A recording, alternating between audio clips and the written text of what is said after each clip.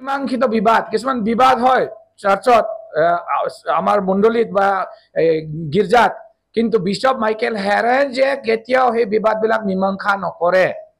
আৰু সেই ধৰণে অল্ড সেন্টস কেথেড্ৰেল শিলং আৰু ক্ৰাইষ্ট চাৰ্চ গুৱাহাটীত আজি তেওঁৰ স্থান নাই তাতে তেওঁ নিজে বিশপ হয় নিজে তেওঁ ধৰ্ম পুৰোহিত হয় কিন্তু মানুহে তেওঁ গ্ৰহণ কৰিব নোখোজে তেওঁ আমাৰ ধৰ্মগুৰু হয় আজি অতি দুখ লগা বিষয় তাৰ লগতে আহিল আৰ্থিক কিছুমান প্ৰশাসনিক অনিয়ম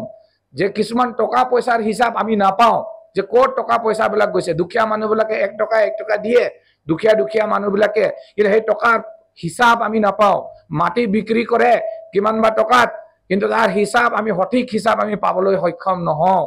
আমি এই ধৰণে আমাৰ বহুখিনি খেলিমেলি আৰ্থিক যেটো অনিয়ম হেতু আমি দেখা পাইছো যে মাইকেল হেৰেঞ্জৰ নেতৃত্বত হৈছে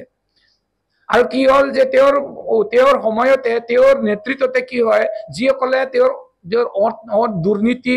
ভ্ৰষ্টাচাৰৰ বিষয়ে যদি মাতিব আৰম্ভ কৰে যে তেওঁ যে মাটি বিক্ৰী কৰিব ওলাইছে এই বিষয়টো যিসকল পাদ্ৰীয়ে উঠাইছিল সেইবিলাকক তেওঁ অপহৰণ কৰিছে আৰু তেওঁলোকক কৰ্মৰ পৰা বিদায় দিছে কিন্তু কোনো ধৰণৰ যেটো আমাৰ সংবিধান আমাৰ মণ্ডলীৰ সংবিধানত যি ধৰণে লিপিবদ্ধ আছে সেইটো কোনো ধৰণে তেওঁ পালন কৰা নাই আৰু যেটো 24তম ডাইচিশন কাউন্সিল হৈছিল এই 24তম ডাইচিশন কাউন্সিল হল আমাৰ সকলোতকৈ ঊৰ্ধ্বতম পৰ্যায়ৰ এটা আমাৰ যেটো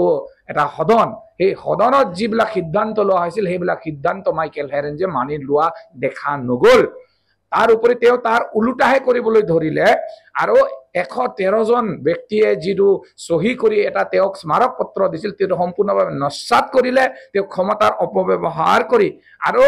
যেটো মিনিটস হয় যেটো ডাইচিশন কাউন্সিলৰ মিনিটস এটো এপ্ৰুভ নকৰাকে মানুহৰ পৰা তেওঁ এটো কিবা নলুৱাকৈ তেওঁ এটো পাস কৰা বুলি কৈ এটা মিথ্যাচাৰ চলালে আৰু তেওঁ ডাইচিছখন এই ধৰণে পৰিচালনা কৰিছে আৰু যাৰ বাবে যেটো আজি আমাৰ ডাইচিশন যেটো এক্সিকিউটিভ কমিটি হেতু সম্পূৰ্ণ ৰূপে অবৈধ